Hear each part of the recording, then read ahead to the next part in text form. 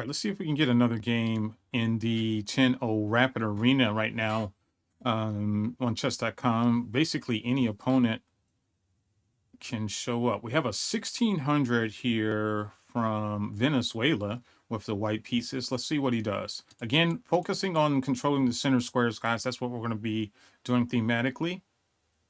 All right, e4. He grabs control of the center. We're going to attack the center from the flank with the Sicilian. He's getting his king a little bit safe and attacking these two squares in the center. I'm going to join him with some counterattack in the center. Focusing on the dark squares, we're eating that pawn, absolutely. We do believe that having two center pawns is better than having one. All right, we're going to fianchetto our bishop over to the g7 square, putting more pressure on the dark squares throughout the center. Our opponent is now playing an opening called the Moroxi Bind. So we have to be a little bit careful because this is a very positional opening, and the aim is to squeeze black's pieces over a long time. All right, we're going to get our king safe. I encourage my students to get their king safe in the first 10 moves.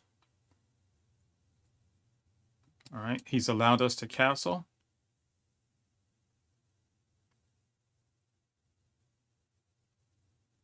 See what he does next.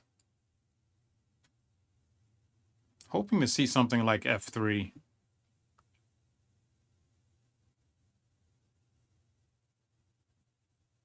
Okay, he doesn't play f3. I guess I could have played knight g4. That's what he was worried about. Now he plays f3, allowing this tricky move. I put my queen into a discovered attack.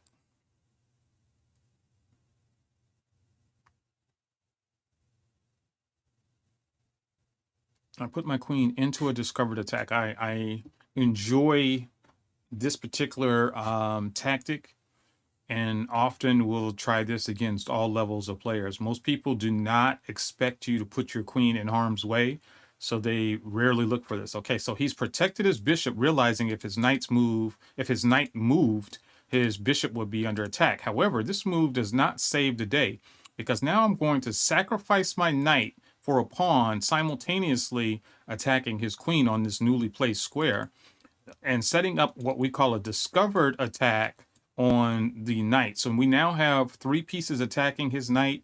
He only has two defenders, and we're attacking his queen at the exact same time. So yes, I gave away my knight for a pawn, but at the same time, I opened up a third attacker on his knight on the d4 square.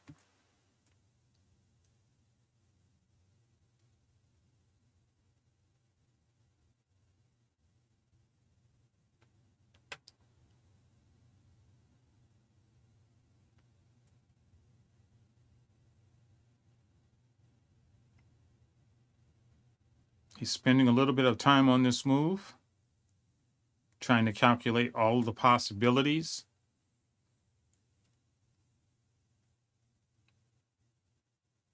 I am attacking two different pieces, guys. I'm attacking the queen, and I'm attacking the knight, and I'm attacking the other knight. Okay, he's chosen to capture a knight, so if I take his queen, let me think this through.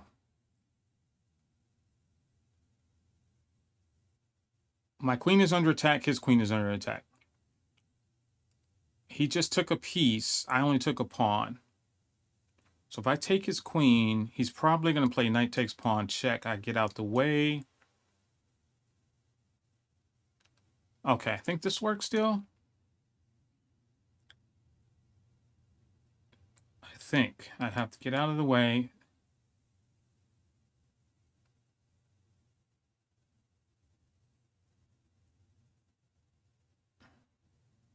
I take. He can probably... Oh, okay, he took the bishop. All right. So if I move my knight here, he's going to hit this. I can come up here. Let's move here, attack his rook.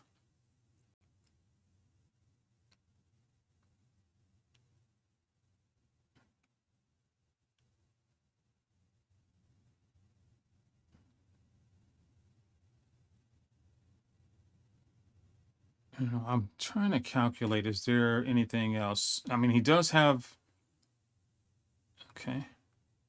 So I can take this. Wait.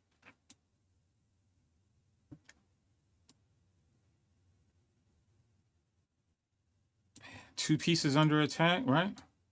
He does have pawn push. I get to slide over though.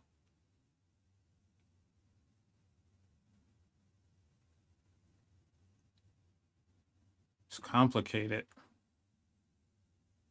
His rook is still hanging. At least, okay, knight takes rook. Oh, knight takes rook. If he pushes the pawn, I play knight takes rook. He plays bishop takes rook. I play pawn takes. So I get, it's an exchange. He still has an extra piece.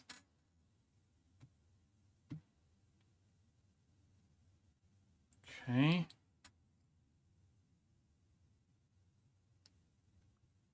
So this knight can leave.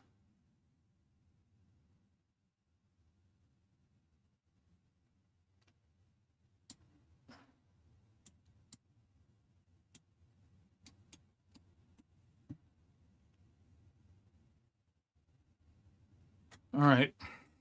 Not terribly excited about giving up both of my knights here.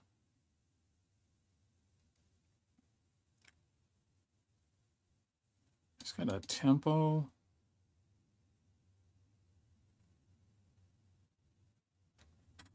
I am looking at this pawn. I'm hoping to be able to get this pawn if he takes, or if he doesn't take. The king is still in the middle of the board, and I am down a piece. Yeah, I'm down a piece.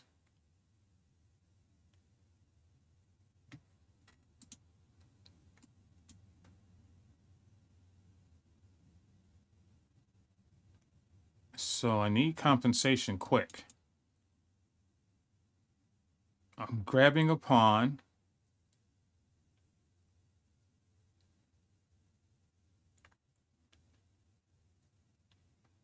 Maybe I can win this bishop, depending on if he goes for the pawn or the bishop. Let's see.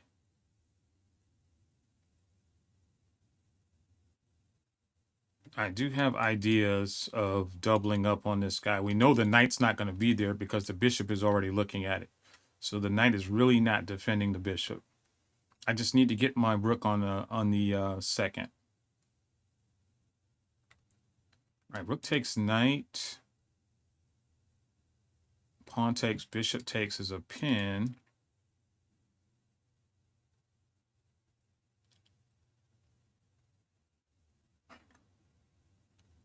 Rook takes pawn.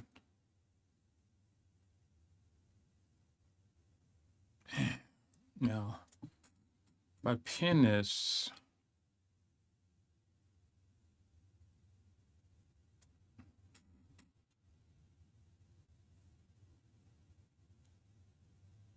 all right, my initial thought is just to play rook takes pawn. If rook takes rook, then bishop takes knight check, forking the rook and the king, and the rook just going to slide back over. Oh, this might work. This might work.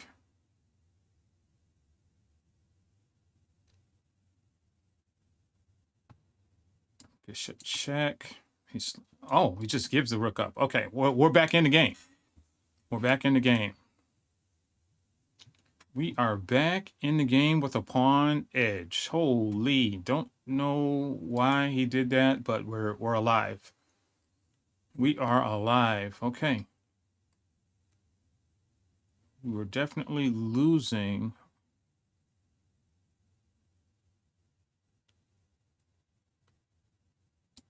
Okay, our bishop is anchored on these pawns. His bishop is awkward. We're going to just get over here and try to get our rook to the 7th. Our bishop is piercing through his position. So our bishop is definitely stronger than his bishop. And right now our rook is stronger than his rook because our rook is on what we call an open file. Rooks belong on open files, and once they get on an open file, then they want to be on the 2nd or the 7th for the maximum amount of power.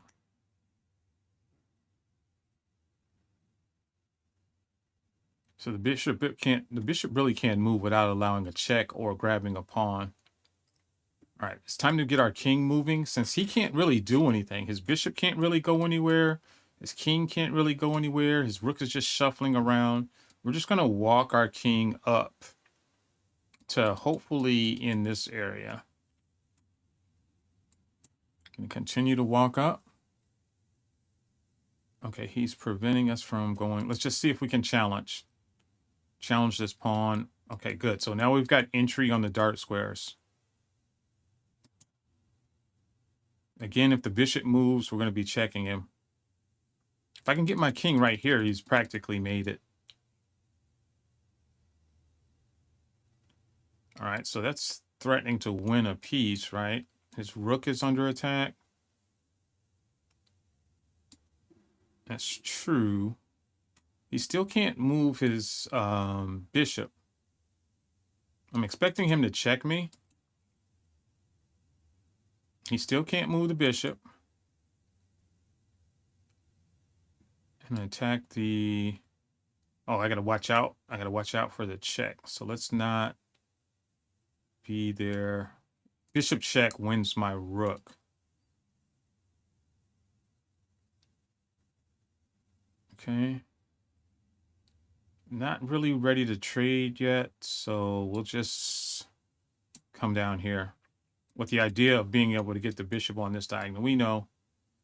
We're not going to step up here and get mated, guys. Don't do that.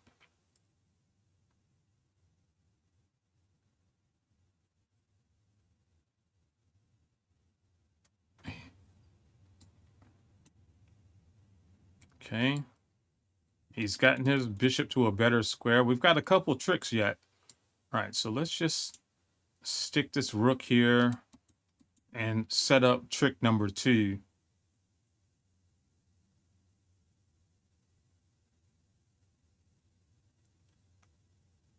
And trick number 2 is we want to be able to push this pawn, and he can't capture without losing his bishop. All right, so this move is an illusion, right? Because he thinks we're going to push the pawn right away. In fact, we can still push the pawn. Let's get to it.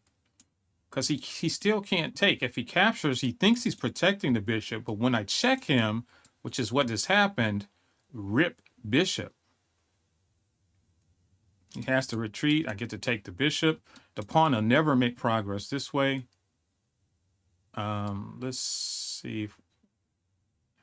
Let's just go ahead and blockade. If the king returns, we'll just check him.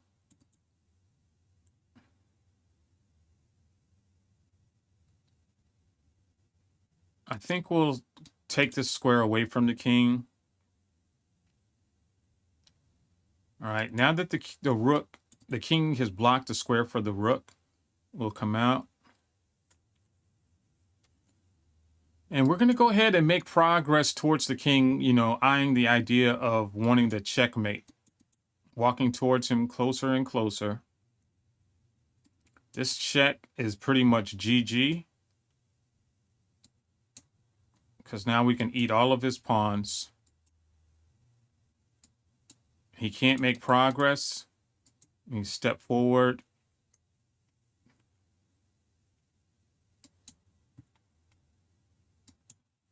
Obviously, this is over.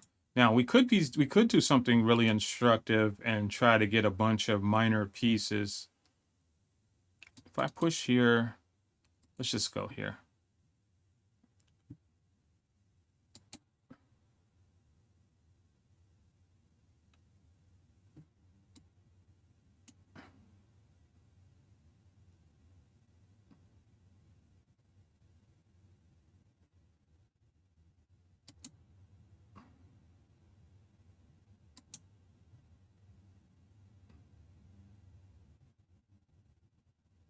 All right, so mate in 3. So I'm going to step here. His king no longer has any moves. I push the pawn. It doesn't matter if he takes our bishop. And there you go. That's GG. All right, we managed to win that game. It was a little tricky. Let's just take a quick look at what happened really quickly. The point that things got a little funny. Taking this knight, I went down a piece. This is probably the moment where I need to reassess what's actually happening. I felt like knight takes queen was okay. He takes me check, I get out of the way, and now he takes, this is a trade, bishop for a knight. So I'm still missing that piece. Normally my knight is able to get out, so let's just see. He grabbed the bishop, that's another trade. I try to save my knight. He grabs a pawn. Right here, I was expecting him to push this pawn with a discovered attack on my rook. That would have been awkward. Had he done that, I would have pinned the bishop, but it still gets complicated. Continue, he just slid over. He took, so we're still trading. No, I still haven't gotten my piece back.